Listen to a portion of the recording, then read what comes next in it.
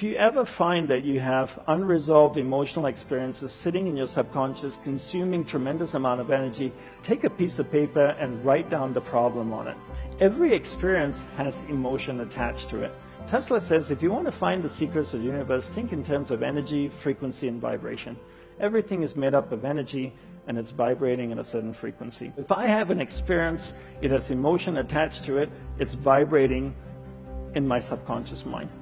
My goal is, I can't do anything about the experience because it's already happened, but what I can do to help myself is to remove the emotion that's attached to experience. So I take a piece of paper, I write down the problem. As I write down the problem, something really interesting happens. That experience moves from my subconscious mind to my conscious mind because I'm reliving it.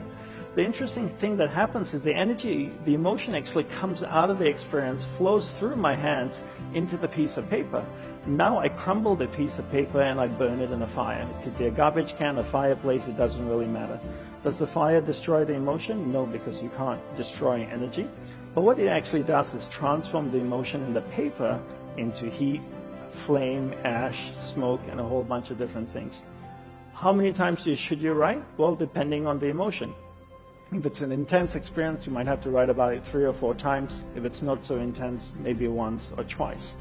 I remember the first time I ever shared this exercise was with a group of entrepreneurs in Perth, actually, about 5 years ago. And one of them said to me, look down upon me, I realized that experiences have emotion attached to them. And I realized as well, when you relive it or you're writing about it, it goes from your subconscious mind to your conscious mind.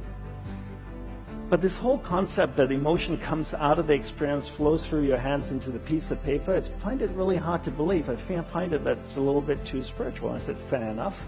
So I asked him, do you have kids? He says, yeah, I have a couple of kids, a 4-year-old and a 6-year-old. I said, on Father's Day, on your birthday, do they ever make you cards?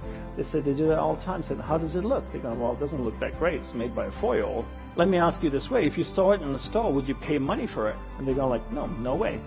But do you keep it? He says, yeah, I keep every single one.